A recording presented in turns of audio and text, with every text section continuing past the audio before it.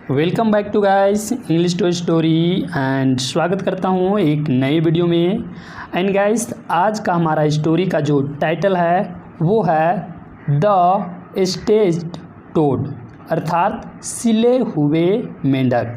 देखिए गाइस, यहाँ जो स्टेज्ड है उसका अर्थ हो जाएगा सिले हुए, क्योंकि ईडी लगा हुआ है अर्थात ये पास्ट में है। और जब हम यहाँ से ईडी हटा देंगे तो इसका जो प्रोनाउंसिएशन होगा वो होगा स्टेज, अर्थात जब हमें कभी चोट लग जाती है तो जो डॉक्टर के द्वारा हमारे शरीर में जो टाँके दिए जाते हैं उसे हम स्टेज कहते हैं। तो यहाँ ईडी लगा हुआ है, मतलब स्टेज अर्थात सिले हुए मेंढक। टोड का अर्थ आप सबको पता होगा, मेंढक होता है। तो जो इसका टाइटल हिंदी टाइटल हो जाएगा वो हो जाएगा सिले हुए मेंढक। तो चलिए गाइस, हम स्टोरी में आगे बढ़ते हैं और स्टोरी को समझने का प्रयास करते हैं। साथ ही गाइस, जितने भी न्यू वर्ड हैं उनको हमने हाईलाइट कर दिया है जिससे आपको समझने में आसान हो। तो चलिए गाइस, स्टोरी में आगे बढ़ते हैं और देखते हैं कि स्टोरी में आखिर क्या कहा गया है। तो चलिए शुरू करते हैं। All the birds had decided to have a grand party in the sky। अब देखिए गाइस, यहाँ कहने का अर्थ यह है कि सभी पक्षी, ऑल द बर्ड्स अर्थात सभी पक्षी, हैड डिसाइडेड फैसला किया था, क्योंकि ये पास्ट परफेक्ट का उपयोग किया गया है कि सभी पक्षी फैसला किए थे क्या करने का, तो टू हैव करने का, क्या, अ ग्रैंड पार्टी एक भव्य पार्टी, कहाँ, इन द स्काई आसमान में। अब देखिए गाइस, मैं फिर से एक बार ट्रांसलेट करता हूँ कि सभी जो पक्षी थे उन्होंने फैसला किया था क्या करने का, एक ग्रांड यानी कि एक भव्य पार्टी करने का, कहाँ, आसमान में। ये यहाँ कहने का अर्थ है। उसके बाद देखिए आगे क्या होता है। The animals on the earth felt very upset and jealous. अब देखिए गाइस, यहाँ कहने का अर्थ है कि द एनिमल्स ऑन द अर्थ अर्थात जो पृथ्वी पर जानवर हैं, यानी यहाँ कहने का अर्थ है कि जो जानवर उड़ नहीं सकते उन जानवरों के बारे में यहाँ बात हो रहा है। तो द एनिमल्स ऑन द अर्थ यानी पृथ्वी पर जो जानवर थे, फेल्ट यानी ये फील का पास्ट है, फेल्ट यानी वे महसूस किए, कैसा, वेरी अपसेट यानी बहुत ही दुखी परेशान, एंड और जेलस यानी कि ईर्ष्यालु। यो बहुत ही वे लोग जो थे जो पृथ्वी पर उड़ नहीं सकते थे, वे जो जानवर थे वो इस बात को सुनकर वो बहुत ही परेशान हुए और बोल सकते हैं बहुत ही ईर्ष्यालु महसूस किए। ये यहाँ कहने का अर्थ है। उसके बाद देखिए गाइस आगे क्या होता है। As they could not fly up in the sky. अब देखिए गाइस, अब ये लोग जेलस और परेशान या दुखी महसूस क्यों किए वो हमें आगे बताया गया है। चूँकि एज का जो यहाँ अर्थ हो जाएगा वो हो जाएगा क्योंकि या चूँकि। दे यानी कि वे जो जानवर थे यानी एनिमल्स थे उनके लिए यहाँ दे का प्रयोग किया है। चूँकि दे कुड नॉट यानी कि वो ऐसा नहीं कर सकते थे, क्या, फ्लाई, क्योंकि वो उड़ नहीं सकते थे, कहाँ, अप इन द स्काई अर्थात ऊपर आसमान में। इसलिए शायद जो जानवर थे वो परेशान और ईर्ष्यालु महसूस किए थे। ये यहाँ कहने का अर्थ है।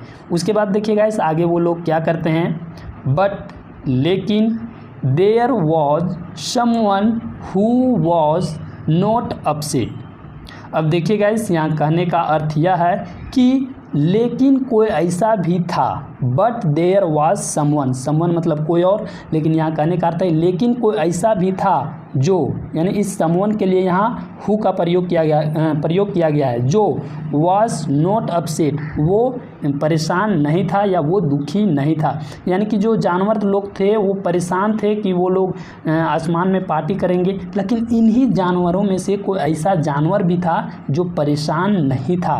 अब चलिए आगे देखते हैं कि आखिर वो जानवर जो था वो कौन था। तो देखिए आगे बताया गया है। ही वॉज द टोड, वह मेंढक था, यानी कि उनमें से जो एक जानवर था जो परेशान नहीं था वो मेंढक था। ही वॉज द टोड अर्थात वो मेंढक था। उसके बाद देखिए गाइस आगे क्या होता है। He had a plan to join the party. अब देखिए गाइस, यहाँ कहने का अर्थ यह है कि ही हैड उसके पास था, क्या, अ प्लान यानी कि एक योजना थी, टू ज्वाइन यानी शामिल होने का, किसमें, द पार्टी यानी कि जो सारे पक्षी मिलकर आसमान में पार्टी मनाने का फैसला किया था, उस पार्टी में ज्वाइन होने का एक योजना किसके पास था, उस मेंढक के पास। जैसे बोलते हैं ना, आई हैव अ पेन, मेरे पास एक पेन है, तो उसी प्रकार ही हैड अ प्लान, उसके पास एक प्लान था। यहाँ पास्ट कर दिया गया है हैव का। तो गाइस मुझे आशा है आप समझ गए होंगे। उसके बाद देखिए, उसके पास एक प्लान था, उसके बाद वो क्या करता है, ही sneaked into the vultures guitar. अब देखिए गाइस, यहाँ जो स्नीक्ड है इसका अर्थ हो जाएगा चुपचाप या चोरी से चले जाना, यानी चुपके चुपके या चोरी से चले जाना। तो ही sneaked into the vultures guitar, vultures का अर्थ होता है गिद्ध, यानी कि जो पक्षी होते हैं गिद्ध, उसे हम वेल्चर्स कहते हैं। तो ही सिंक्ड यानी वो चोरी से चला गया, कहाँ, इनटू मतलब में द वेल्चर्स गिटार, यानी कि वेल्चर्स के गिद्ध के गिटार में वो चोरी से चला गया, या बोल सकते हैं चोरी से वो उसमें जाकर छुप गया। अब देखिए गाइस, यहाँ समझने वाली बात यह है कि वेल्चर्स गिटार यानी कि गिद्ध के गिटार में यहाँ जो एपोस्ट्रोफिस एस लगा हुआ है वो का साइन दे रहा है, अर्थात ये ओफ का हमें साइन देता है। तो नेक्स्ट टाइम से जब भी हमें एपोस्ट्रोफिस लगकर एस मिले तो उसका अर्थ होता है का, वेल्चर्स का अर्थात गिद्ध का। उसके बाद देखिए आगे क्या होता है, जब वो उसके अंदर चोरी से चले जाता है गिटार के अंदर, उसके बाद देखिए all the birds flu away. अब देखिए गाइस, यहाँ कहने का अर्थ है कि ऑल द बर्ड्स यानी जब सारे पक्षी जो थे फ्लू अवे यानी कि उड़ गए, यानी कि जब वो पार्टी करने के लिए आसमान में जो सभी पक्षी थे वो उड़ गए। उसके बाद देखिए क्या होता है, when the birds were enjoying the party, यानी यहाँ कहने का अर्थ है कि वेन जब, द बर्ड्स यानी जो सारे पक्षी थे, वर इंजॉइंग यानी वो मस्ती कर रहे थे, द पार्टी यानी कि उस पार्टी को जब सारे जो जानवर थे, जो पक्षी थे वो इंजॉय कर रहे थे। उसके बाद देखिए they saw the toad and they became very angry to see him. अब देखिए यहाँ कहने का अर्थ है कि जब सारे पक्षी जो थे वो इंजॉय कर रहे थे, उसी समय यानी कि जो पक्षी थे वो उन्हें देख लेते हैं। देखिए दे शो यानी कि वे लोग, शो यानी कि देखा, यानी सी का ये पास्ट है शो, यानी कि वे जो लोग थे वो देख लिया, किसको, द टोड अर्थात उस मेंढक को, एंड और दे बिकेम यानी कि वे हो गए, क्या हो गए, वेरी एंग्री यानी कि बहुत ही गुस्सा हो गए, टू सी हिम उसे देखकर, यानी उस मेंढक को गिटार में छुपे देखकर वो बहुत ही गुस्से हो गए। देखिए गाइस, यहाँ जो दे लगा हुआ है वो उन सारे बर्ड्स के लिए आ रहा है, क्योंकि वे सारे मिलकर प्लूरल बन रहे हैं, इसलिए यहाँ दे का प्रयोग किया गया है। एंड बिकम का अर्थ होता है होना, लेकिन यहाँ बिकम का पास्ट लगा हुआ है बिकेम, यानी कि वे हो गए हैं, क्या हो गए, बहुत ही गुस्सा हो गए हैं उसे देखकर। उसके बाद देखिए आगे क्या होता है उनके साथ, यानी कि उस मेंढक के साथ आगे क्या होता है, when the party was over, जब, व्हेन का अर्थ हो जाएगा जब, द पार्टी यानी जो पार्टी था, वाज ओवर ख़त्म हुआ, यानी कि जब जो पार्टी था वो ख़त्म हुआ, द टोड यानी जो मेंढक था, अगेन फिर से, sneaked into the vultures guitar. अब देखिए गाइस, यहाँ कहने का अर्थ है कि जब जो पार्टी था वो ख़त्म हुआ, उसके बाद फिर से जो टोड था यानी कि जो मेंढक था वो फिर से गिद्ध के गिटार के अंदर चला गया। देखिए द टोड अगेन फिर से sneaked into the vultures guitar, यानी कि फिर से वो गिद्ध के गिटार के अंदर चला गया। देखिए यहाँ भी एपोस्ट्रोफिस लगाकर एस लगाया गया है कि यहाँ ऑफ का साइन बता रहा है। उसके बाद देखिए आगे चलते हैं, the welchers this time found his guitar heavier, यानी यहाँ कहने का अर्थ यह है कि जो गिद्ध था वो इस समय, यानी कि वो अगले टाइम तो उन्होंने कुछ भी नहीं पाया, लेकिन इस बार जो गिद्ध था वो अपने गिटार को भारी पाया। देखिए the vultures guitar this time इस बार, फाउंड पाया, हिज गिटार्स यानी अपने गिटार को, हैवियर यानी कि इस बार अपने गिटार को वो भारी पाया। उसके बाद देखिए आगे क्या कहा गया है, as he shook the guitar the toad fell on the earth and broke into pieces. अब देखिए गाइस, यहाँ कहने का अर्थ यह है कि इस बार जो गिद्ध था वो अपने गिटार को भारी पाया। उसके बाद देखिए क्या करता है, as he shook the guitar. यहाँ शुक का अर्थ हो जाएगा हिलाना या हिलाना डुलाना। तो यहाँ कहने का अर्थ है कि जैसे ही जो गिद्ध था शुक यानी कि हिलाया, किसे, द गिटार, यानी जैसे ही इस बार जो गिद्ध था वो अपने गिटार को हिलाया। उसके बाद देखिए क्या हुआ, द टोड यानी जो मेंढक था, फेल का अर्थ हो जाता है गिर जाना। तो जो टोड था वो गिर गया, कहाँ, ऑन द अर्थ यानी पृथ्वी पर वो नीचे गिर गया। एंड और ब्रोक मतलब टूटना होता है, टूटकर बिखर जाना होता है। तो वो टूट गया इनटू पीसेस यानी कि वो टुकड़ों में या टुकड़े में बिखर गया।